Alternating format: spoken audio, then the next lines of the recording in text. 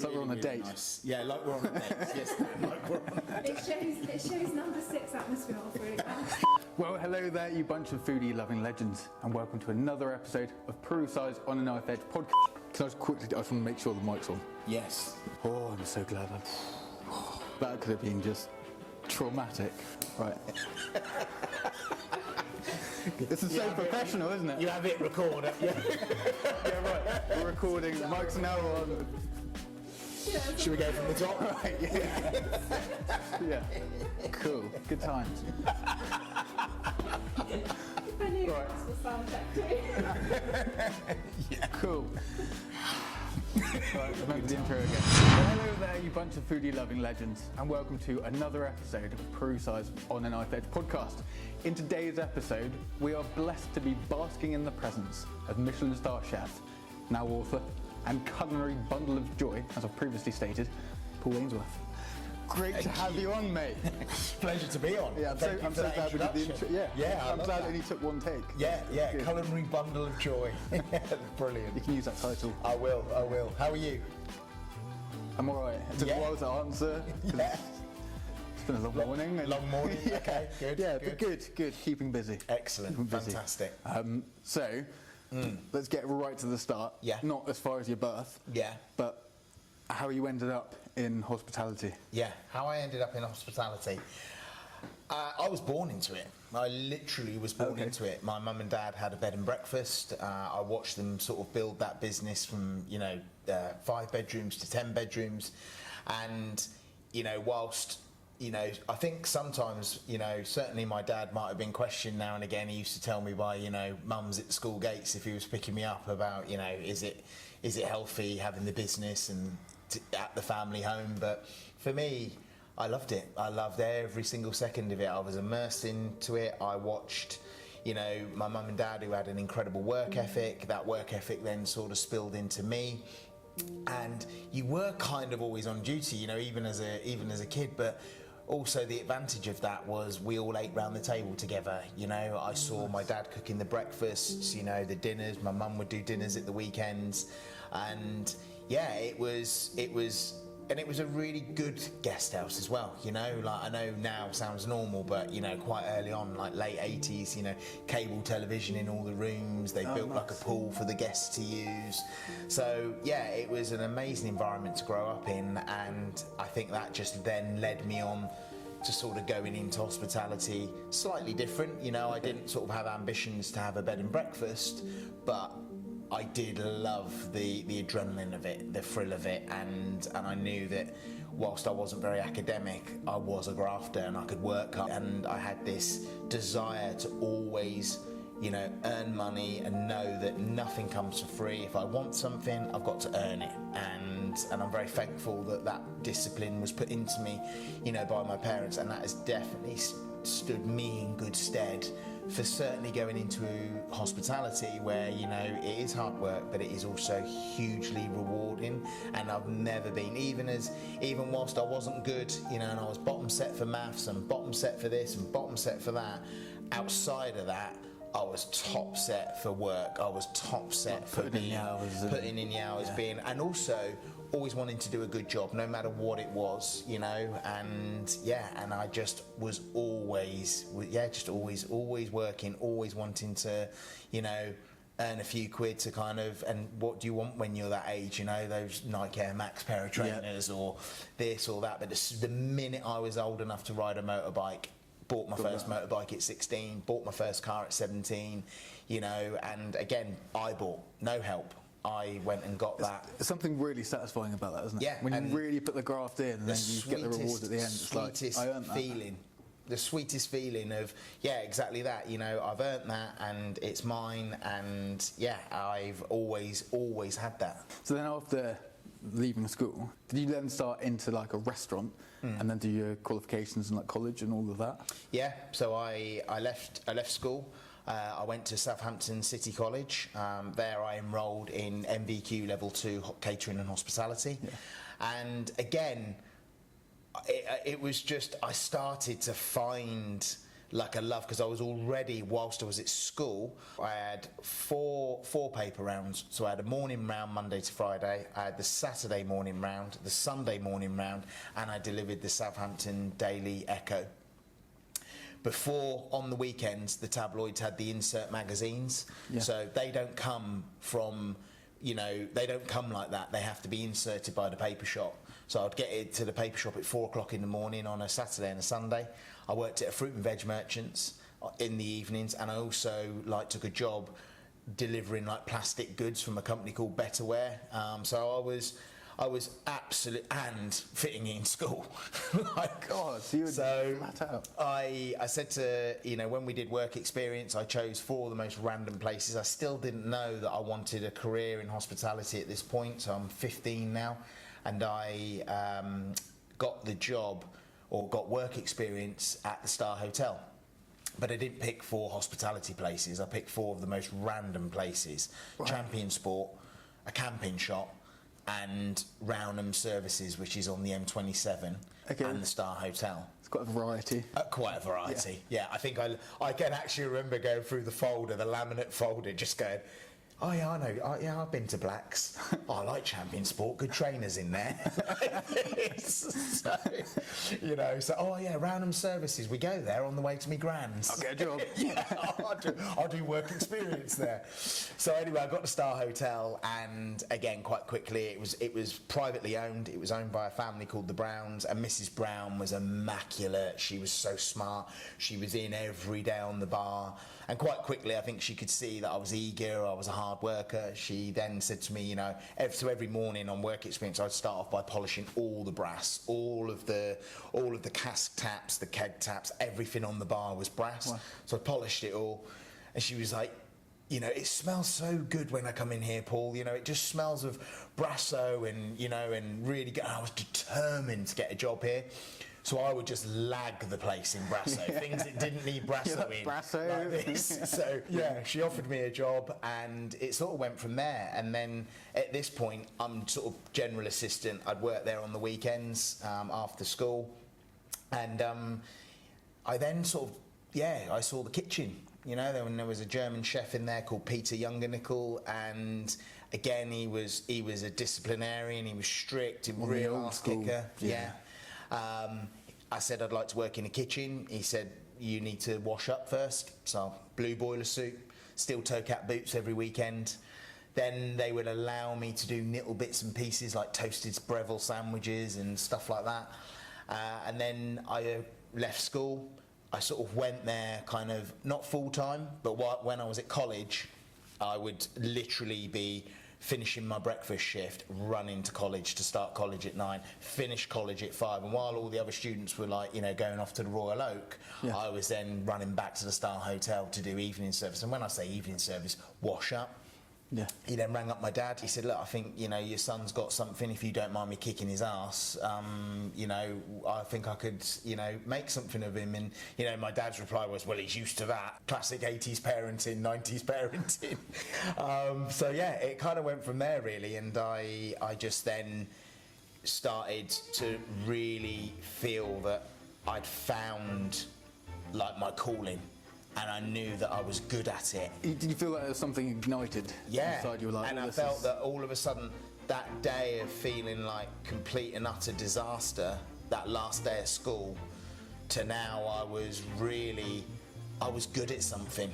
I found something that I really, not only did I enjoy, but I was good at. And then things really started to happen, and then I enrolled for MVQ level 3, and then my lecturer was the most amazing guy called Martin Nash, and then Martin Nash kind of knew Gary Rhodes, and then I won Young Student Chef of the Year. Wow. And it was all of a sudden I'm like front page of the Daily Echo, the Echo that I've been delivering. Yeah, and I'm like, they actually put it front page, because it was the first ever Southampton City College Young Student Chef of the Year. Yeah. So yeah, it was just this is amazing. This feels good, and I feel like I'm worthy. I feel valued. I feel I've got a real career in this. I hope that inspires so many people to sort of realise that, like, you know, it's just a small part of your life, Yeah, you know, yeah, school definitely. or at the end, and if you don't get the results you want or you don't get the GCSEs you want, yeah, it doesn't define you. So obviously you went to college and you got experience through like catering and all the restaurants you worked at. What do you reckon threw you in the direction of being like, okay, I've been a chef, but now I want my own restaurant and I'm gonna... Didn't Really? what the thought process wasn't like that at all. It really wasn't. It was in the early days, and I've not worked for 20 odd chefs.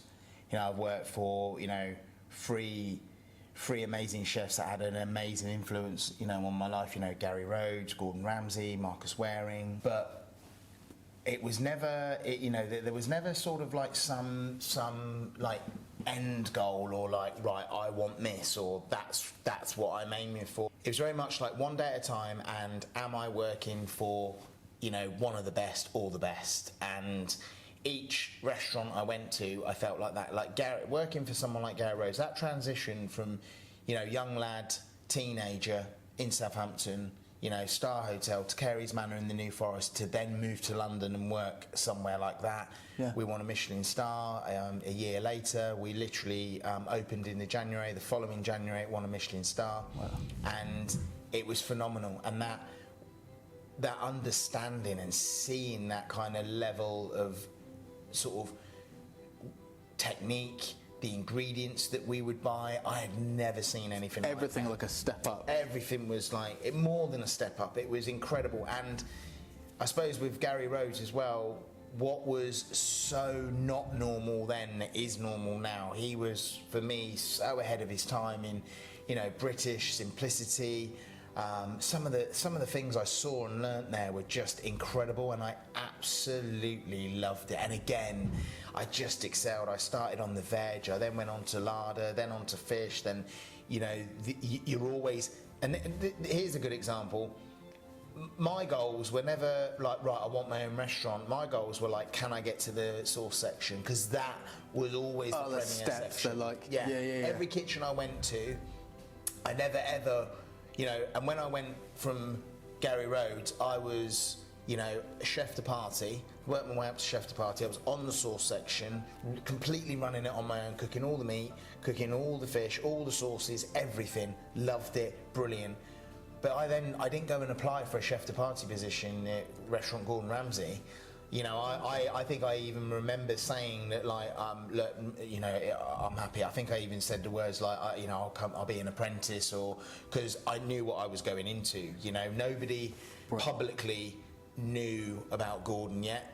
You know, but if you were a chef in the industry, you knew of aubergine. You knew that Gordon had just moved to Royal Hospital Road, and you knew it was like phenomenal, but hard work, it was feisty, it was aggressive, it was all of those things. Passionate. I just wanted to go there. And at that time as well, there was Nico Ladenis 3 stars, Marco Pierre White 3 stars, Pierre Kaufman 3 stars, but there was something about going to Royal Hospital Road that just, I don't know what it was. It was the place I wanted to go to. What was your when you first walked into the restaurant? Can you remember what the feeling was? Yeah, like scared and like excited. All of those, and like just overwhelmed. Everyone's. I was 21, and everybody seemed like a bloke. Everyone seemed really senior, and it was serious. It was feisty. It was just like. Gary Rhodes was incredible, but this was like a whole new another level. And we sort of got to, I remember as well, it was winter time, so it was sort of dark. You know, you go under the road, you kind of take off your sort of jacket, you know, and you go upstairs, and you are shitting yourself is the best way I can say it. You are absolutely shitting yourself. But I thrived on it, and I quickly just wanted to get my head down. But I remember, you know, sort of Gordon came in about an hour later. Gordon got there about 8 o'clock, and just the presence, and bearing in mind, this isn't Gordon that you see now. This is also a Gordon, like I say, that Gordon's not the TV and all of that yet, but there was just this presence, and it was just phenomenal. And what I'd seen Gary Rhodes was incredible, but then to see the level of produce, it was almost, I know it's going to sound strange, but it was like kind of like Jurassic Park. It was just like. Did you have the theme tune going in your head? Did you? Well, I don't even think Jurassic Park was out then, but the thing that I just remember sort of thinking was, look at the size of that ravioli. Like, look at I'd only ever seen sort of like farmed fillets of sea bass. I'd never seen like a wild bass, so I'd never seen like almost like laser cut pave of sea bass, and just the simplicity and the beauty of everything, but just the feisty, the quickness, the level of it. I was like, sign me up. It was everything I had been ever wanting. I was like, this is it. This is proper. Just everything. When you're just watching, like now, like Mark Sargent, Sargent, I think Mark would have been 26, 27. And again, up until this point, I'd sort of seen scallops being opened with like a granny butter knife and a spoon and stuff. But you see Mark there, and they're all in these jackets, all in these bragard jackets. Everything was pristine. It was black trousers, black socks. Your shoes had to be clean and all. And again, I can remember sort of quite a renowned chef. I remember sort of telling him about that, and he was like, but does that stuff matter? Does that make the food taste better? 100%. For me, 100%. I think that just to have all of those little things, they all add up to the big thing. It's like a Formula One car. Yeah.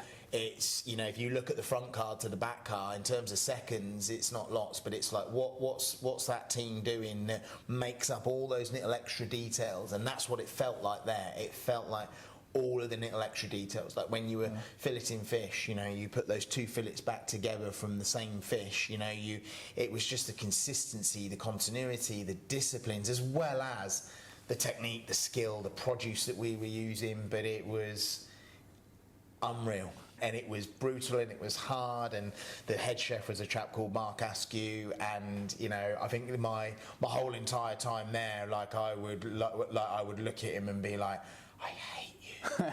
but now I look back, and what a guy. I mean, you've never met someone so focused and serious, and just like Gordon's like right-hand man, and just an absolute disciplinarian, and I never ever took it personal, and there was never no bullying, there was never no malice or anything with it. It was my first service. I'd got the job. My first service, I got thrown off. Gordon literally scruffing the neck, go downstairs, clean the fridge. I was downstairs, kind of cried my eyes out in the fridge. Like this. And then I hear these footsteps coming down, and it was good. And he was like, and every single time he took me around, he sat me down, and he explained to me why he threw me off the service, what went wrong, and now it's all relatable, because now it's my name's above the door now, and it's Paul Ainsworth, and there is that pressure, there is that expectation. People are walking in here, even in the old days when we first opened, but now from 2005, when we were charging what we charged then to what we charge now, it's always those words have always stuck with me, that you've got a short space of time to blow people away. Once that order's been taken and those people are sat here where me and you are, and they are waiting, the expectation is huge, and the expectation has obviously grown and grown and grown, and then when you sort of are at those levels and you hold a Michelin star, and the responsibility of the Michelin star and the expectation that comes with it for the guest, you've got to, and the fact that it's your name above the door, it's an extremely sort of, not daunting, but it's a huge responsibility, but it's always been with a want to blow people away. A question I get asked quite a lot is, you've got so many people that have been there for such a long time, and quite simply, if they didn't enjoy it, they wouldn't be here, And I've always had a very sort of strong belief that the word staff, it's not what we are about. It's not what these businesses are about. It's more than that. You're a family, and I look at all the great leaders, all the people I admire, all the people that inspire me. Every single one of them is there about people. Yeah. Every single one of them. I can remember, when I was working for Gordon and he was on Top Gear. Yeah, and like what Clarkson's like, and stuff. And Gordon was very similar, like saying, like it's about the team. I remember Clarkson going, yeah, blah blah blah, like this, and but it's true. It is about people. It's about the team. I drum it into the team that we've always got to have this feeling of gratitude that people have chosen us to come and spend their money. There's plenty of competition around me. There's plenty of other places to go and spend your money, but people have chosen us. They've chosen to spend their hard-earned money in one of our places, and we must never ever take that for granted. The Mariners and Cafe Reggiano's, they're restaurants that are, should we go out and have a bite to eat? Yeah, pop to and have a... The quality, everything, the work ethic, the mindset, the culture, everything is the same in those places. We use the same suppliers, everything, but they're just more of that kind of accessible every single day. And here is accessible, but I'm not going to make no bones about it. It's £160 for the menu. But one thing I will promise you is that it's bloody good value for money. And when you get to the end of it and you've had your experience and you walk away with the stuff that that we give you and all of that, like I know people walk away from here and going, that was £160, but boy, that was absolute value for money. Because it's much more than just food. Yeah. It's like a whole experience. Yeah. It's like if you go to a theatre or something. Absolutely. It's everything. Yeah, what an experience. So yeah, that's something that is, right now, to have what we have when you've got times like what you've got going on now, because right now is probably up there as the hardest I've ever seen it, right now. In the whole time you've... Yeah, in the whole sector, and it's difficult. I think there's a lot of people that think that anyone that's got a business in Padstow or Rock is immune to that because of the wealth that is around it, but that really isn't true. And you live here in Cornwall, Dan, like I say to the teams every day, more than ever, right now people have made that choice, like I said to you earlier, to come and spend their money with us. We make sure that we go out of our way to blow them away. That's the biggest thing right now, is to be making sure that everything is the best it can be. Definitely. Because business is tough right now, is really, really tough, and customers are few and far between, but you hold your nerve, you stay strong, and like everything, I'm a big believer, everything is temporary and things will come good again. And the most important thing for me now is no redundancies, no sort of having to lay people off because you just haven't got the the flow of the customers and stuff. So yeah, that's kind of my day to day, 7 days a week.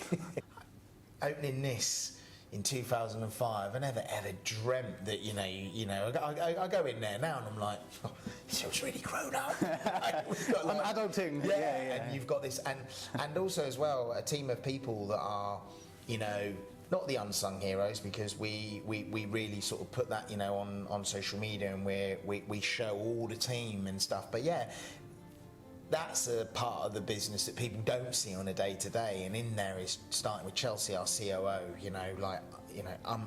unbelievable woman that is just an absolute tour de force, just like an absolute driving force. John Walton, who our group colouring director. So John is he's just incredible with people and teams, and constantly making sure those standards are the best they can be right the way through the businesses.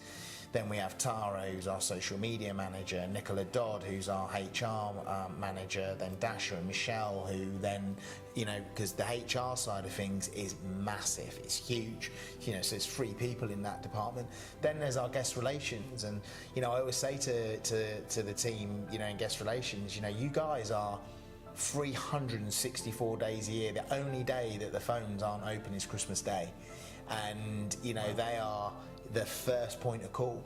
And again, I always said, once we got to that point from answering the phone here with a diary and a pencil to being really grown up and having a team, you know, with, you know, amazing, you know, restaurant software and how we book and the experience and all that, but it's got to be an experience. It's not telesales, you know. And every one of the girls in that team, you know, they know the restaurants. I make sure that they, you know, come and dine and they come and experience what we're doing, so that they can really give that warmth and empathy on the phone.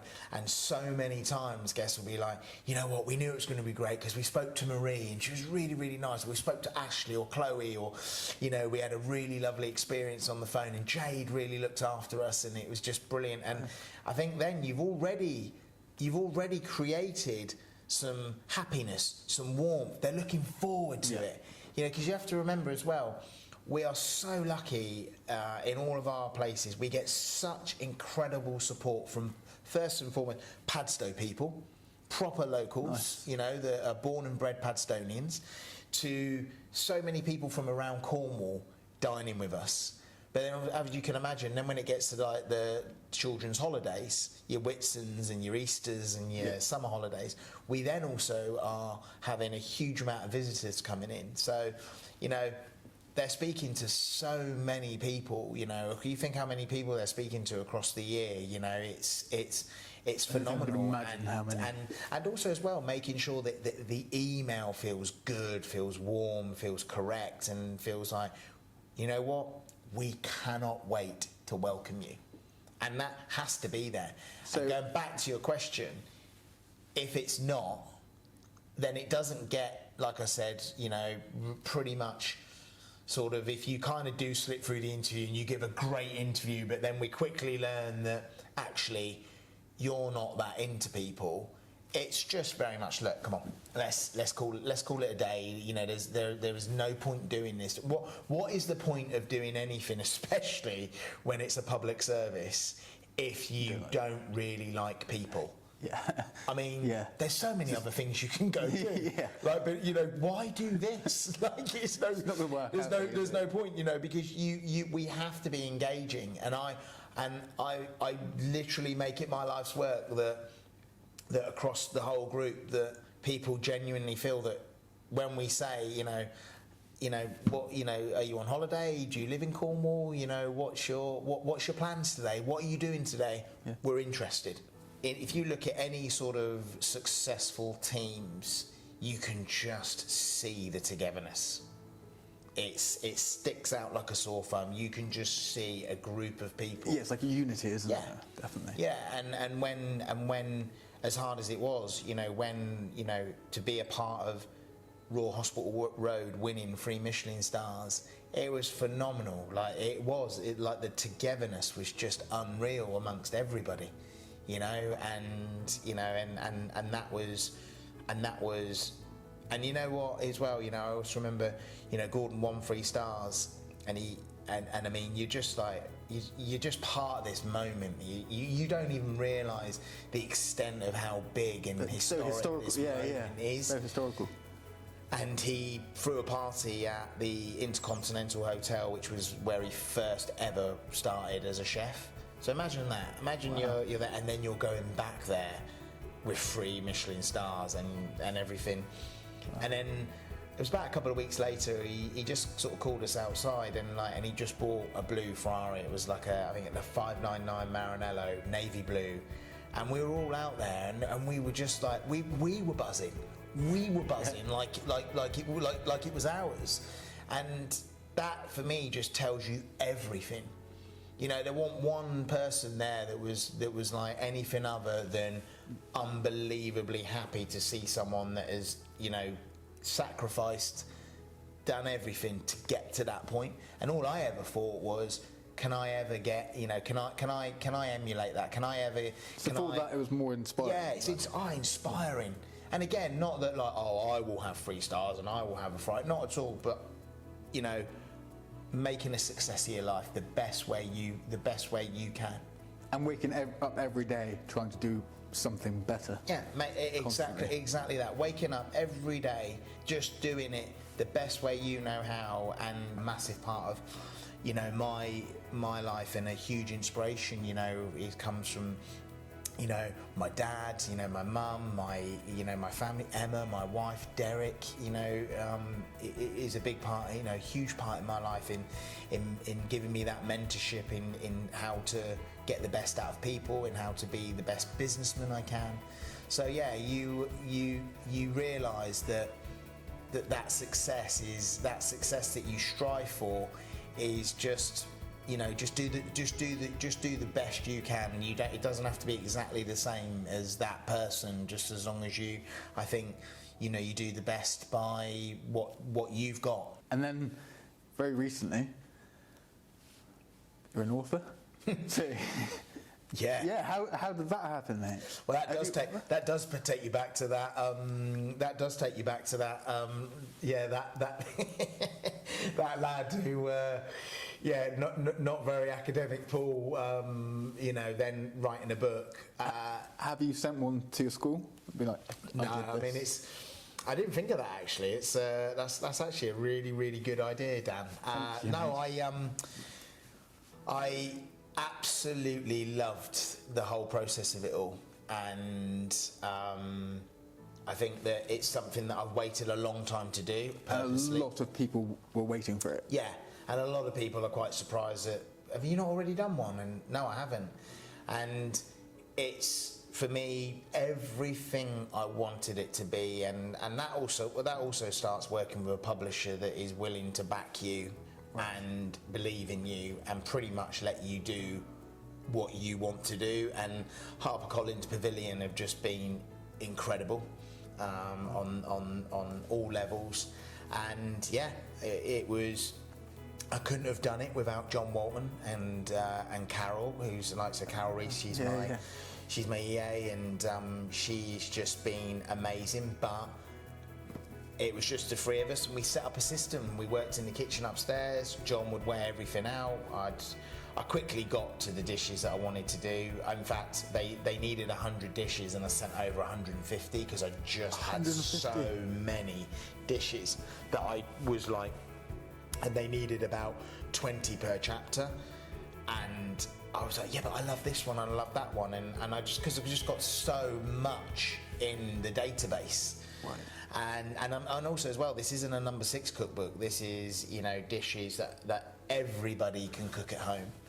So I hand every recipe handwritten. So John we'd get the weights. I'd then adapt the recipe to make sure that it was fully doable at home, that a lot of it was, ingredients that you would pretty much already have at home or would be easily accessible. Yeah. And then we would cook it, taste it. If it wasn't right, cook it again. If it wasn't right, cook it again. There was a dish in the book called Squid and Scraps that I think nearly made John hang up his apron. Really? Because I was just like, cook it again. We need to cook it again. And then we got there, and then I would write every single one by hand, and then in my tone, in how I thought would be understandable for people to try at home, and then Carol would then transcribe that, and because I'm not gonna, let's not here. The grammar was still shocking. Oh right, yeah, I have the same problem. As much as I've changed and come on, and I can read spreadsheets, and I can take you through, P&L accounts and all sorts. I still don't know where to put a comma or a full stop. Emma's like, you're about 3 full stops missing. It's just like, but yeah. So some things are still the same. So yeah. So then Carol would then transcribe what I've written, grammar check it, and then put it in like the format, and then HarperCollins obviously then put it and format it for the book. But it's an absolute beautiful, beautiful piece of work. I am Super proud of it. utterly super proud of it, and I can't wait for everybody to see it. Gordon's doing the forward, which was amazing. He was, when I asked him as well, you know, you think of how busy he is, and he was just, it wasn't just like, yeah, no problem. It was like, it was almost a bit like, I'd be absolutely honoured, like, thank you for asking me. And I'm like, well, you're absolutely, you've been the biggest influence on my, on my culinary journey, and still remains, a great friend, and and again a great mentor, still. So yeah, Gordon's doing the forward, and we've got amazing quotes from people like Andy Oliver and Tom Kerridge, and it's amazing, and can't wait for you to see it. How long was the process of it? Did it take?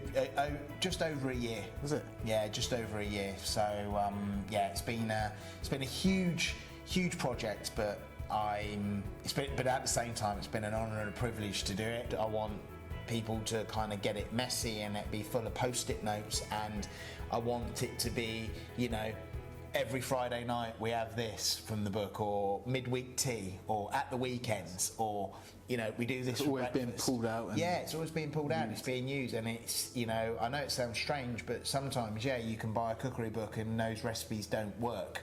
And these, I can assure everybody that every single recipe has been tested within an inch of its life, weighed out time and time again. To, like I say, to the point it nearly gave John Walton, a nervous breakdown. Traumatic experience. But it was amazing, and look, John's been with me every single step of the way, and it was brilliant to do it with John as well. So it's been a phenomenal experience, and I cannot wait for people to see it. It's so good to see you beaming end to end. I'm really excited to see it when it comes out. That's awesome. Paul, it's been an absolute pleasure. Thank you very much, Dan. Always a pleasure talking to you, and good luck with the podcast. It's excellent. Love the Michael Caine's one. Oh, thank you very much. Absolutely brilliant. Oh, I really appreciate that. And have a great day. You too. That was so awkward. Amazing. Legend.